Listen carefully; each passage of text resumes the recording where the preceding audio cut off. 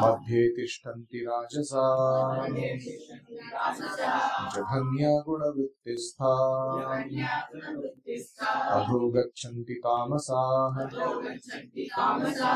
सत्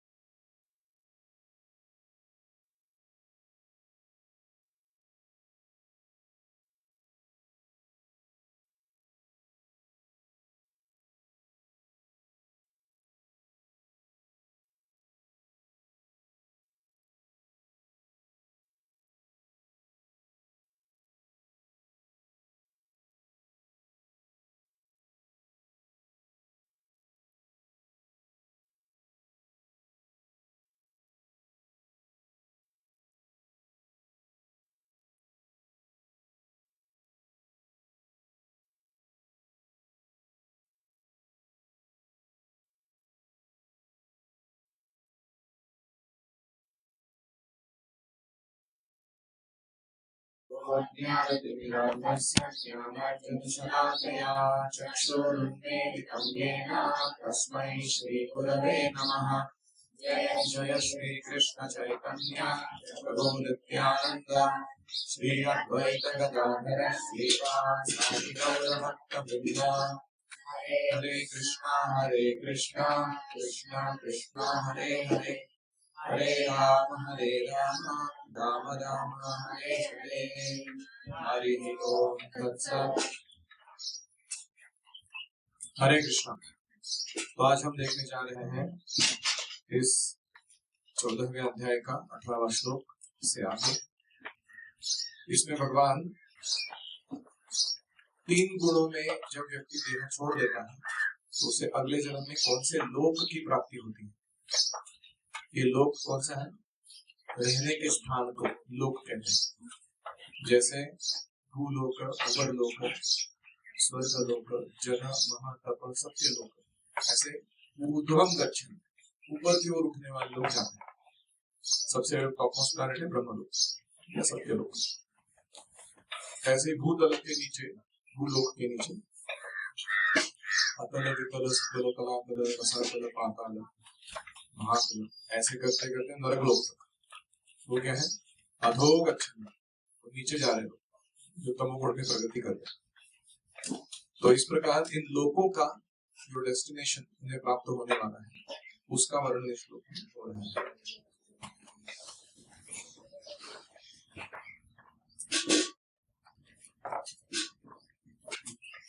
ज्यादातर लोग जो सत्वगुण में स्थित होते हैं वो ऐसे सुंदर लोगों की प्राप्ति करते हैं जैसे ब्रह्मलोक इत्यादि, जिसके अद्भुतता का या जिसके वहां मिलने वाले सुविधाओं का अनुमान लगाना कठिन है। क्या सुविधा होती है उन जीवों में। और रजोगुण से मिश्रित होने पर व्यक्ति इस भूलोक में कोई धनी व्यक्ति के रूप में या राजा के रूप में जन्म लेता है। और वो तमोगुण का मिश्रण रहने पर क्या होता है? नीचे के लोकों में चला जाता है।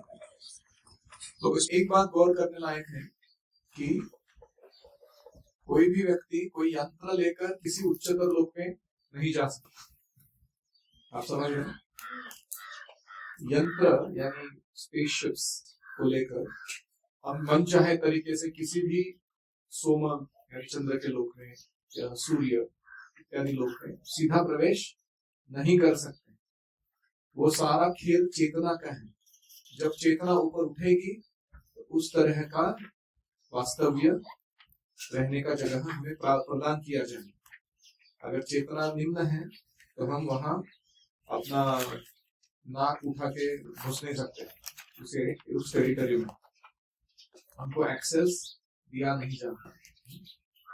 जैसे मैं अपनी कंपनी में काम करता था टाटा टेक्नोलॉजीज, वहाँ कुछ ऐसे एरियाज थे रिसर्च सेंटर के जहाँ केवल तुम्हारे पास अगर स्पेशल टाइप का बैच है, तो तुमको परमिशन है, ऑथोराइजेशन है, तो ही तुम एंट्री मार सकते हो।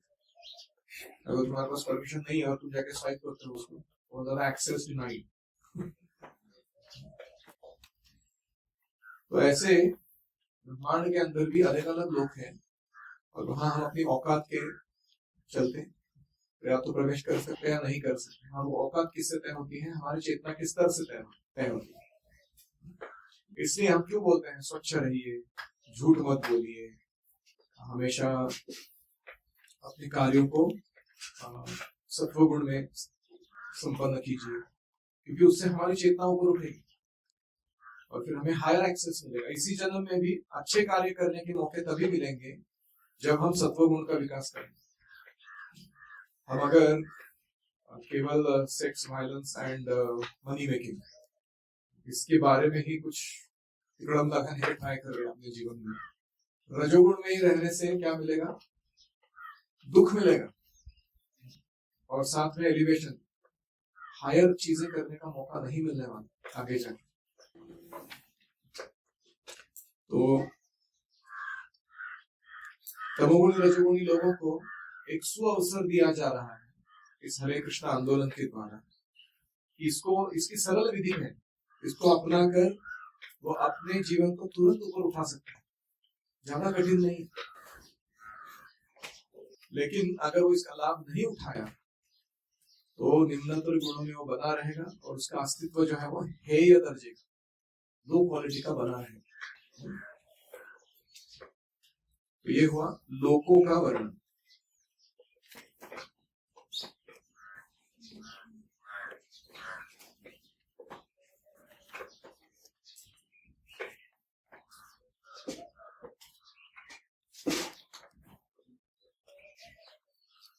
अभी 19 से लेके 27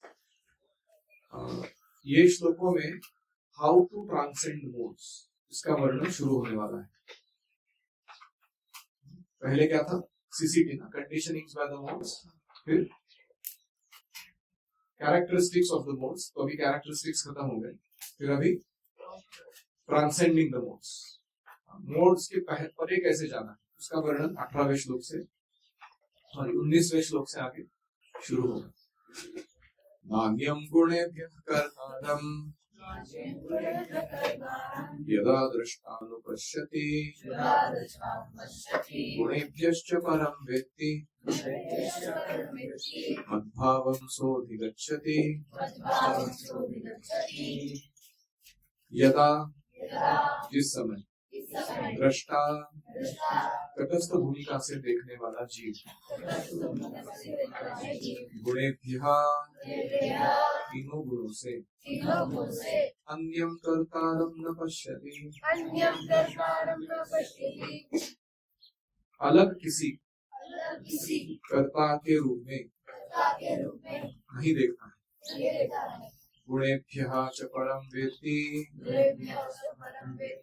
और गुणों से अतीत या परे स्थित आत्मा को देख सकता है, जान सकता है। सह मद्भावम् अधिगच्छति, वह जीव मेरी भाव रूपी शुद्ध भक्ति को प्राप्त करता है। जब कोई यह अच्छी तरह जान लेता है कि समस्त कार्यों में प्रकृति के तीनों गुणों के अतिरिक्त अन्य कोई करता नहीं, और जब वह परमेश्वर के भाव को जान लेता है, मत भाव, जो इन तीनों गुणों से परे है, वह मेरे दिव्य स्वभाव को प्राप्त होता है। तो कोई प्रश्न उठा सकता है कि तीन गुणों से जो फंसा हुआ ये जीव कब छूटेगा? ये how will he be release from the three modes? या कोई अन्य प्रश्न पूछा जा सकता है कि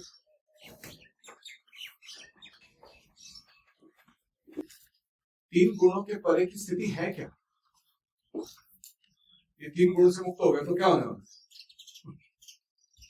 हम ऐसे किसी निर्वात वैक्यूम में ऐसे शून्य अवस्था में लटके रहेंगे नहीं कुछ भी नहीं, मोड्स ही नहीं, तो क्या है? ऐसा कुछ होने वाला है? तो ये दोनों प्रश्नों के उत्तर इस श्लोक में दिए हैं। भगवान कहते हैं कि जब वो जीव देखता है कि केवल गुण ही कार्य कर रहे हैं सब जगह पर, और जो भी कॉज एंड इफेक्ट, कारण और परिणाम दिखाई पड़ते हैं, उनको कराने वाले भी 3 गुण ही हैं।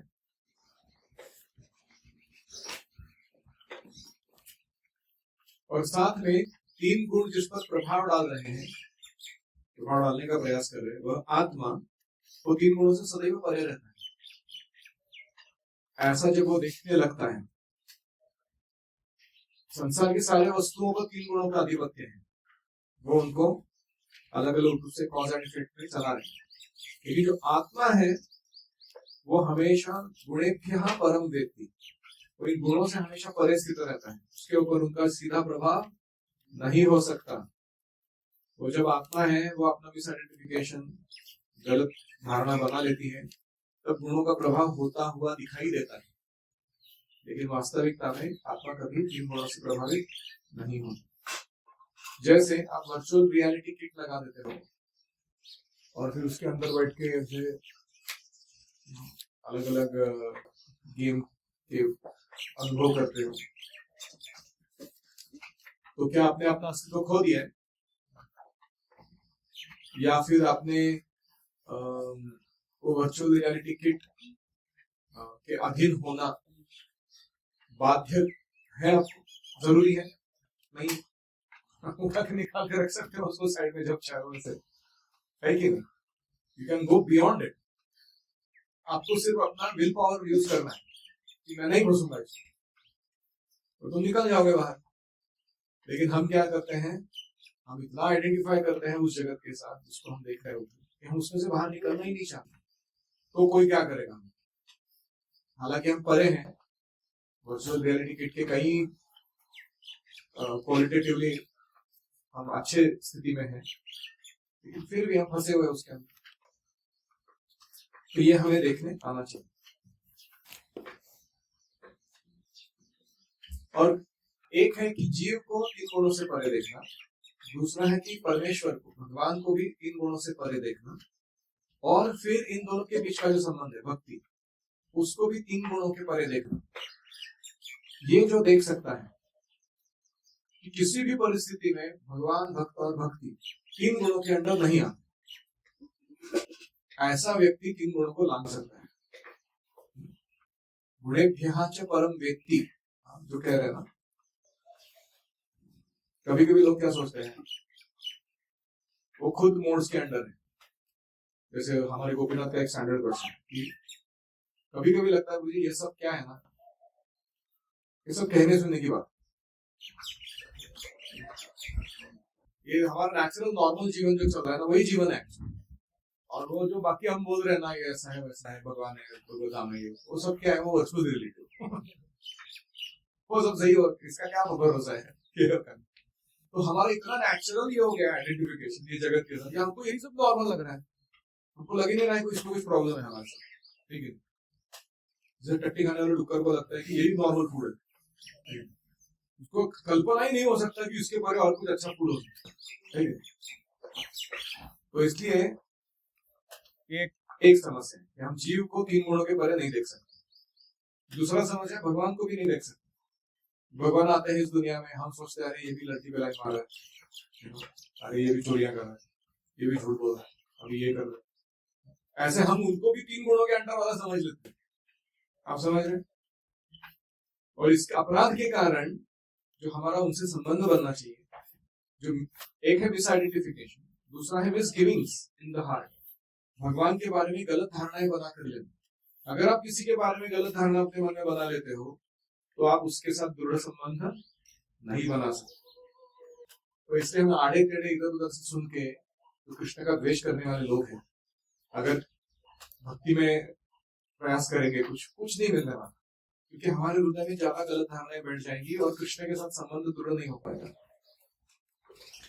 तो परमेश्वर को हम 3 गुणों के अंदर देखेंगे, और इतना ही नहीं, भक्ति को भी 3 गुणों के अंदर देखेंगे।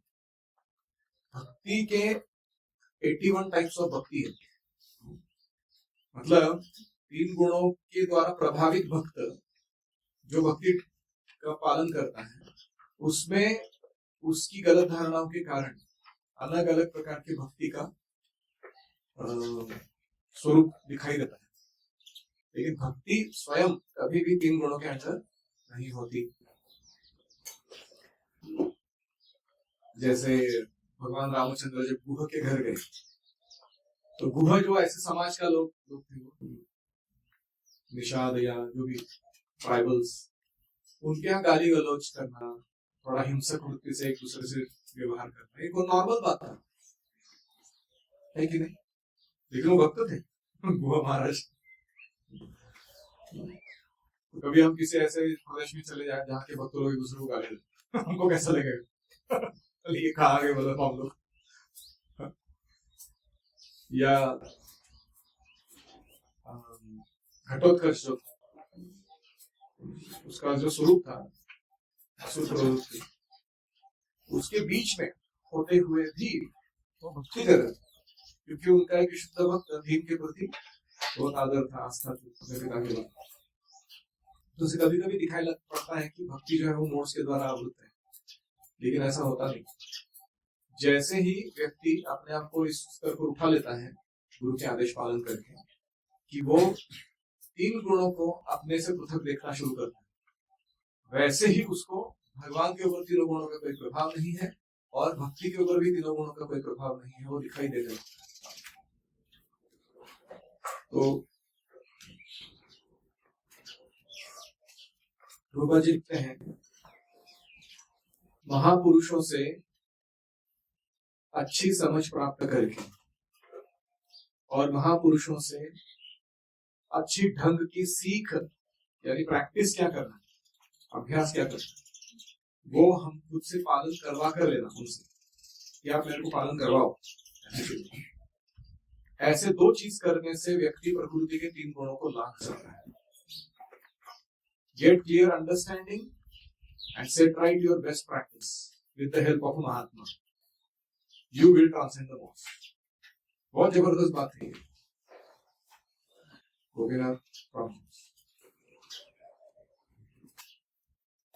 वास्तविक गुरु कृष्ण है और अर्जुन को वे भी यह दिव्य ज्ञान प्रदान कर रहे हैं। इस प्रकार जो लोग कृष्ण भावना भावित है, उन्हीं से इन 3 गुणों के कार्य को हमें समझना चाहिए। शुद्ध भक्त से श्रवण करेंगे तो 3 गुण कैसे एक्शन में है हमें दिखाई देने लगेगा, और प्रामाणिक गुरु के उपदेश से अपने जीवन की आध्यात्मिक स्थिति क्या है, भौतिक शरीर कैसे कार्य कर रहा है, इंद्रिय क्या कर रही है, प्रकृति के गुण कैसे बांध रहे हैं हमको, ये सब हम जान सकते हैं केवल श्रवण करने से। और तब हम इन गुणों की जकड़ से छूट जाएंगे। पहले हम असहाय स्थिति में थे, वृद्धावस्था में, लेकिन हमारी वास्तविक स्थिति जैसे जैसे हमें समझ में आने लगती है, हम इन गुणों की पकड़ से छूटना शुरू हो जाता है। बहुत सरल उदाहरण देते हैं, अगर किसी को हाथ पैर से बांध के रखा है पेड़ के साथ भी, वो खुद को नहीं छुड़ा सकता, लेकिन कोई मुक्त व्यक्ति आके उसको छुड़ा सकता है कि नहीं? जैसे आपका एक हाथ किसी ने छुड़वा दिया, तो अभी आप भी उस हाथ का मदद लेके दूसरे चीजों को छुड़वा सकते हो कि नहीं? तो ऐसे ही गुरु क्या करते हैं, वो स्वयं मुक्त अवस्था में है, बद्धावस्था में नहीं, वो आके हमें छुड़ा देते हैं 3 गुणों की जकड़ से छोड़। तो हमें समझ में आता है कि मैं क्यों फंसा हुआ ऐसे, हम अपने आप को भी और मुक्त करने में प्रवृत्त हो जाते हैं।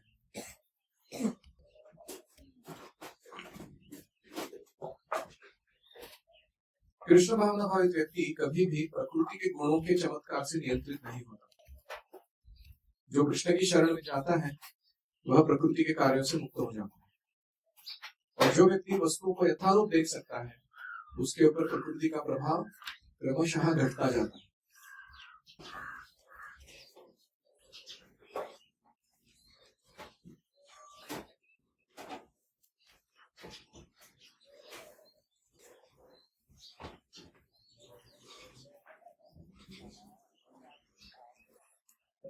तो just to summarize, how can we rise above the three modes? By hearing regularly and practicing strictly as per the instructions. तो ये पहले प्रभुपा जी ने कहा। इससे क्या होगा? ग्रेजुअली बट श्योरली हम लोग मुक्त होने वाले हैं। दूसरा, हमें विश्वास होना चाहिए कि मेरा आध्यात्मिक गुरु का जो डिस्क्रिमिनेशन है, सार विवेक बुद्धि है, सार क्या है असार क्या है, उसको जानने का जो उनका कैपेसिटी है वो मेरे से ज्यादा फाइन ट्यून्ड है, इट इज अक्यूट।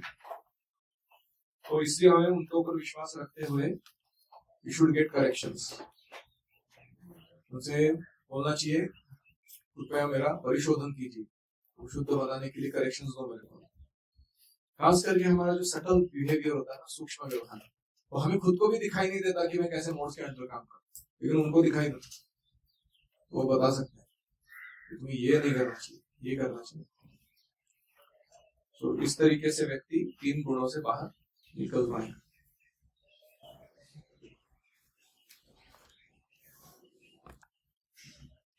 तो अभी इस श्लोक में एक शब्द आया था, मद्भावम अधिगच्छति। ये मद्भाव क्या है? ये अगले श्लोक में बोला गया। गुणान एतान अतित्यत्रिन देहि देह समुद्भवान जन्म मृत्यु जरा दुःखैर् मुक्तो मृतमश्नुते।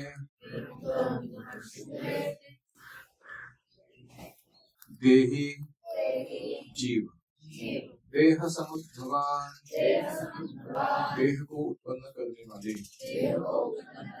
एतान 3 गुणान, इन तीनों गुणों का अद्वितीय अतिक्रमण करके, लांघ कर जाकर, जन्म मृत्यु जरा दुःखैः,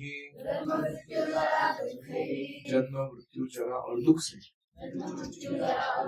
विमुक्तः, मुक्त होकर, अमृतम अश्नुते, मोक्ष प्राप्त करता है। जब देहधारी जीव भौतिक शरीर से संबद्ध इन तीनों गुणों को लांघने में समर्थ होता है, तो वह जन्म मृत्यु बुढ़ापा तथा अनेक कष्टों से मुक्त हो जाता है और इसी जीवन में अमृत का आनंद ले सकता है। अमृतम अश्नुते।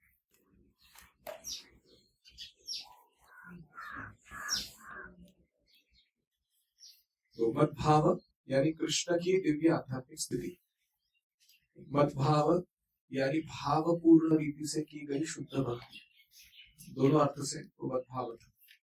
अब यहाँ और समझाया जा रहा है उस भाव को। एक वो कह रहे हैं कि जन्म मृत्यु जरा दुःखैर् विमुक्त, यानी जो व्यक्ति कृष्ण के भाव को प्राप्त करता है, यानी इस भौतिक जगत में भौतिक शरीर लेते हुए शुद्ध भक्ति करता है, या आध्यात्मिक जगत में आध्यात्मिक शरीर धारण करके धाम में रहता है, सेवा करते हैं, उसके दोनों कंडीशन में क्या होता है? जन्म मृत्यु जरा इत्यादि दुख उसको प्रभावित नहीं करते। तो कभी कभी हमें क्या लगता है कि हम खांसते हैं, चीखते हैं, आलस कर जुबाई देते हैं, हमारा पेट खराब हो जाता है, या कभी हम थक जाते हैं, हमें लगता है कि सो लेना चाहिए। और कभी कभी शुद्ध भक्तों में भी ऐसा दिखाई देता है कि नहीं, वो भी खाना खा रहे हैं, वो भी स्कूल पास कर रहे हैं, वो भी जो भी शरीर की क्रियाएं चल रही है उनके साथ। हमारे मन में आ सकता है ये मुक्त कैसे अगर सारे भौतिक क्रियाओं पे जैसे कर रहा हूँ वैसे ही चल रहे। तो इसमें फर्क क्या है? फर्क ये है कि वो व्यक्ति जानते हैं कि मैं शरीर नहीं हूं और उनके भक्ति में उन क्रियाओं के कारण बाधा नहीं आती। लेकिन हमारा प्रॉब्लम है कि हम शरीर के साथ आइडेंटिफाई करते हैं और जैसे ही हमारा बीमारी आता है, कुछ बुढ़ापा आता है, कुछ होता है, तो हमारे भक्ति के कार्य शिथिल पड़ जाते है कि नहीं? जैसे गाड़ी चला के कोई आ रहा था, समय पे नहीं पहुंचा, तो क्या हो गया? मेरा टायर पंचर हो गया। अरे तुम्हारा टायर कैसे पंचर हो सकता है? गाड़ी का टायर पंचर होता है, लेकिन व्यक्ति बोलता कैसे है?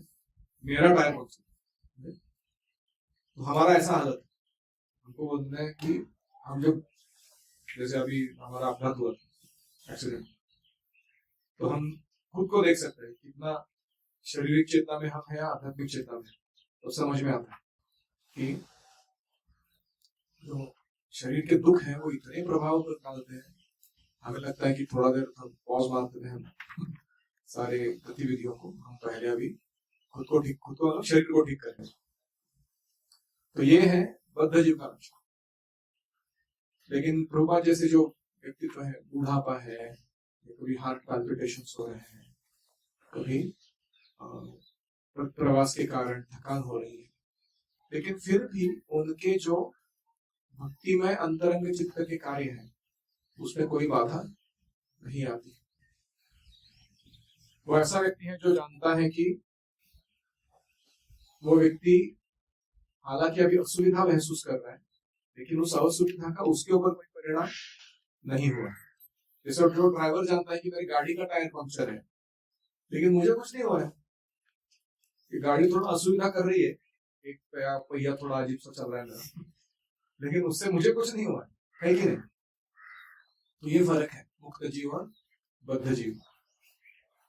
तो जन्म मृत्यु जरा दुख से विमुक्त होना इसी शरीर में संभव है जब हम शुद्ध भक्ति में स्थिर हो जाएं। अमृतम अश्नुते, यानी वह व्यक्ति आध्यात्मिक सुख का लाभ उठा सकता है इसी शरीर में।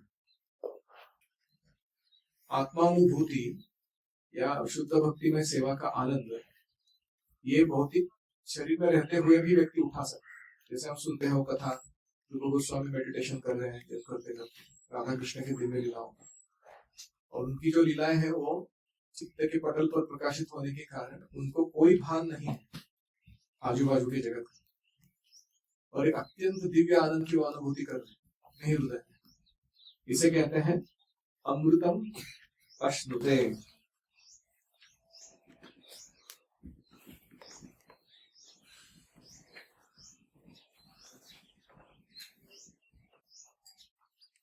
तो जैसे कृष्ण स्वयं मुक्त है जन्म मृत्यु जरा इत्यादि दुखों से, तो जो व्यक्ति कृष्ण के भाव को प्राप्त करता है वो भी मुक्त हो जाता है इन सारे दुखों से। तो ये जैसे कृष्ण ने कहा मद्भावम अधिगच्छति अमृतम अश्नुते, तो अर्जुन एकदम एक्साइटमेंट में, वाह ऐसा कुछ तो है जो करने से ये ऐसा स्थिति प्राप्त हो सकती। वो क्या करना चाहिए, वो प्रोसेस क्या है जिससे हम 3 गुणों से मुक्त होंगे, वह प्रश्न 3 प्रश्न अर्जुन अभी पूछेगा अगले श्लोक में। अर्जुन उवाच कैर्लिङ्गैस्त्रीन् गुणानेतान् अतीतो भवति प्रभो किमाचारः कथं चैतान् त्रीन् गुणान् अतिवर्तते। अर्जुन उवाच, अर्जुन ने पूछा प्रभो, हे प्रभु, कैर्लिङ्गैः किन किन चिन्हों के द्वारा, लक्षणों के द्वारा, एतान् त्रीन् गुणान् अतीतः, इन 3 गुणों से अतीत व्यक्ति का नेयः भवति, ज्ञान होता है। किमाचारः, उनका आचरण कैसा होता है। कथं च, एवं किस उपाय से। एतान् त्रीन् गुणान् अतिवर्तते, इन 3 गुणों को वे लांघ कर जाते हैं। अर्जुन ने पूछा, हे भगवान, जो इन 3 गुणों से परे हैं उनके लक्षण क्या हैं, किन लक्षणों द्वारा वे जाने जाते हैं, उनका आचरण कैसा होता है, और वह प्रकृति के गुणों को किस प्रकार लांघते हैं, क्या साधन करते हैं जिसके द्वारा वो 3 गुणों के परे चले जाते हैं। ये प्रश्न समझ में है। लक्षण, आचरण, प्रोसेस, पद्धति। तो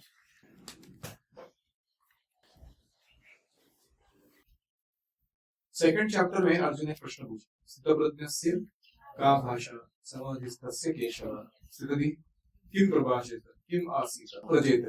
थैंक यू। तो उसका क्या था, का भाषा मतलब तो संस्कृत में बात करता है कि कन्नड़ा में बात करता है, ऐसा था। क्या भाषा का अर्थ क्या था?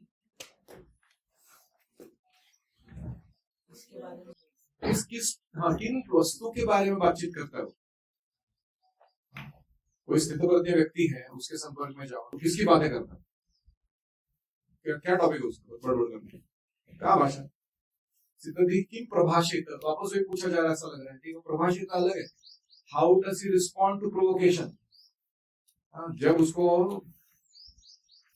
विचलित किया जाता है तो वो कैसे प्रत्युत्तर देता है उसको? किम आसीत, यानी इंद्रियों को कैसे नियंत्रण में रखता है। जेत किम, इंद्रियों को कैसे एंगेज करता है प्रॉपर्ली, उसके लक्षण बताइए। वो पहले एक बार पूछ के हो गया था, तो वहां उनका जो पूछने का तरीका था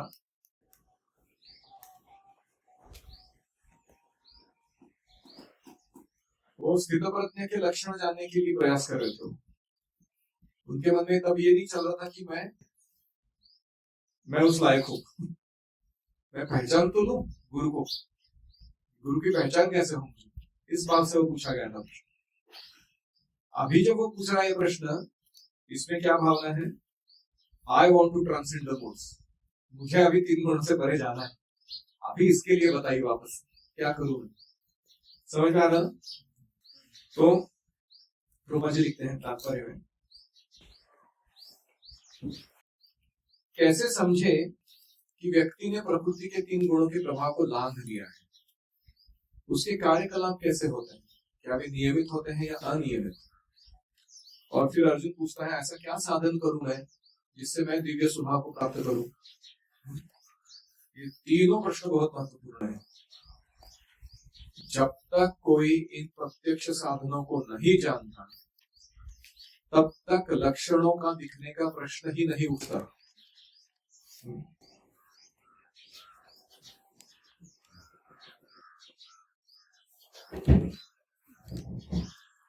यहाँ जो प्रभो शब्द यूज किया गया है कृष्ण के बारे में, प्रभो, उसका अर्थ क्या है? One who is capable of doing all activities in a marvellous way. Krishna अद्भुतता से सारे कार्यों को संपन्न करा सकते, इसलिए उनको क्या कहा गया है? प्रभु। और एक दृष्टि से देखा जाए तो केवल कृष्ण ही इस प्रश्न का जवाब दे सकते, क्योंकि वो माया के 3 गुणों के प्रभु हैं। तो 3 गुणों को लांघने का सिस्टम कौन समझा सकता है? वो प्रभु ही समझा सकता, दूसरा कोई समझा नहीं सकता। जिसने जंजाल बना के रखा है वही नहीं बता सकता है कि ये जंजाल में से निकलना कैसे। तो इसलिए प्रभु ऐसे कह रहे हैं। ओम हरे कृष्णा कृष्णा कृष्णा हरे हरे, हरे राम राम राम हरे हरे, हरि ओम तत्सत्। श्री प्रभुपाद की जय। समवेत भक्तवृंद की जय।